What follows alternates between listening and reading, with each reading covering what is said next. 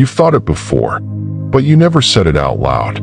Are women designed to hurt men? It's a question that sounds dangerous, offensive, almost wrong, but still, it lingers in the back of your mind. Because maybe you felt it. The betrayal, the rejection, the sudden coldness from someone who once swore they loved you. Maybe she left you at your lowest. Maybe she chose someone else when you thought you were the only one. Or maybe she stayed, but drained you slowly, until the man you were no longer existed. And you tell yourself, it's just her, not all women. But deep down you're not sure. Because history tells a different story.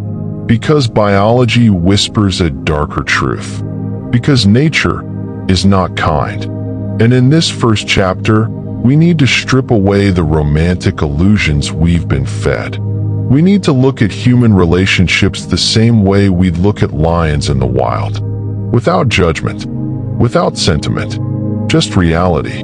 See, the female of the species, whether it's a lioness, a praying mantis, or a human woman, has one core biological mission: to survive and to ensure the survival of her offspring. If that means staying with you, she will. If that means leaving you, she will. If that means hurting you, she won't think twice. Not because she's evil, but because nature rewards survival, not kindness. And here's the thing no one likes to admit, especially in the age of love conquers all. In nature, love is often conditional. The love a woman has for you is not the same as the love you might have for her. You might love her for who she is. She might love you for what you provide: security, status, strength, protection. When those disappear, the feeling often does too. And men, especially in modern society, are not taught this. We are raised to believe love is unconditional, eternal, and selfless. We are told that if we treat her right, she will stay. But biology doesn't care about fairy tales. So the question isn't, do women hurt men? That's obvious. The real question is this by accident or by design? And to answer that, we need to go back, way back, to a time before cities, before technology, before marriage contracts. A time when survival was all that mattered. In the wild, the female animal does not stay with the male out of romance. She stays if he can protect her and her offspring. Take the lion pride. The lioness hunts. She feeds the cubs. She nurtures. But she depends on the male lion to defend the territory from rival males. If that male grows weak, if another stronger lion challenges him and wins, the lioness will not cry. She will not plead for the old male's life. She will stand aside and accept the new male as the father of her pride. The same is true in human evolutionary history. For hundreds of thousands of years, women chose partners who could give them the highest chance of survival for themselves and their children. That meant choosing men with resources, strength, and status. If those were lost, women had to adapt, even if it meant leaving. From a survival standpoint, this was not cruelty. It was strategy. Now, fast forward to modern life. We no longer live in caves. A man doesn't have to fight off saber-toothed cats to keep his family safe. But the instincts, they're still there, buried deep in the subconscious. This is why a woman might lose attraction to a man who loses his job, even if she swears she loves him. This is why a man's physical or social decline can cause a relationship to suddenly feel different for her. The truth is, women are not designed to hurt men out of malice. They are designed to choose the best option available. And when a better option appears, nature pushes them toward it. But here's where the hurt comes in. For a man, loyalty is often tied to memory. You remember who was with you at your best and at your worst. For many women, loyalty is tied to present reality. The question is not, has he been good to me, but is he still good for me? And that difference, that clash between male loyalty and female adaptability, is where the pain lives. It never happens all at once. It's not like she wakes up one morning and decides, I'm done with him. No, it's slower. A creeping shift you don't even notice until it's too late.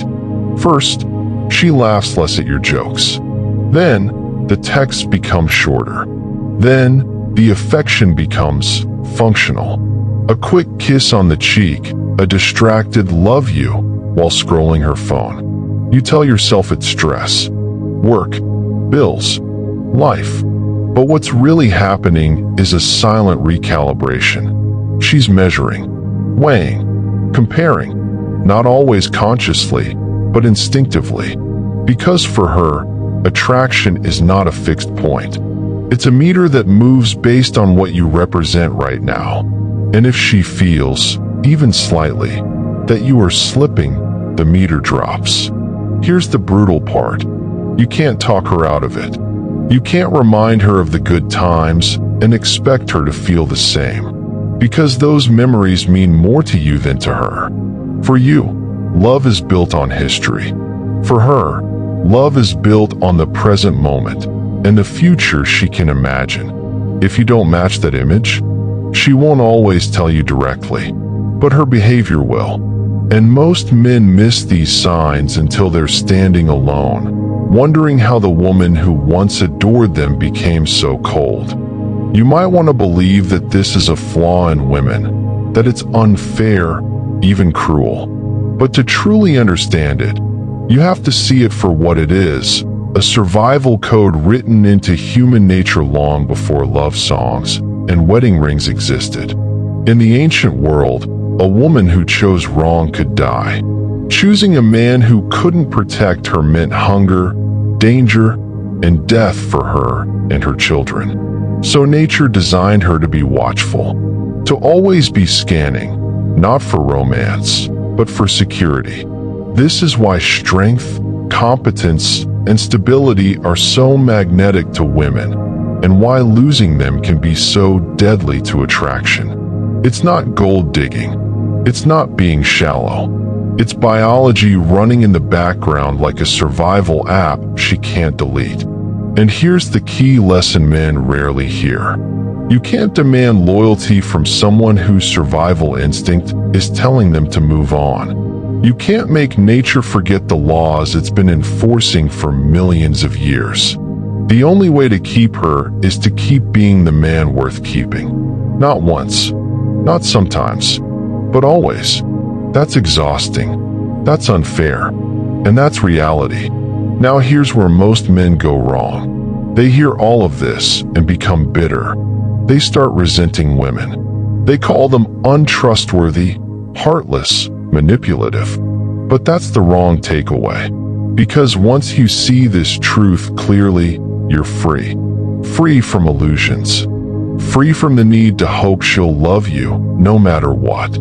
Instead, you build yourself so that you remain a man she wants right now, and tomorrow, and the day after that. Not because you're dancing for her approval, but because you refuse to let yourself decay. Here's the paradox. When you stop expecting her love to be unconditional, you start living in a way that earns it every single day. And even if she leaves, even if life throws you into the dirt, you remain a man of value. Because your worth is no longer tied to her staying. It's tied to the man you've become. This is how you stop fearing the question, are women designed to hurt men? The answer stops mattering when you've built yourself into someone who can't be destroyed by anyone's choice. And that, right there, is the ultimate power. You need to subscribe to the Mind Forge if you are going to be the man of value we are expecting to happen.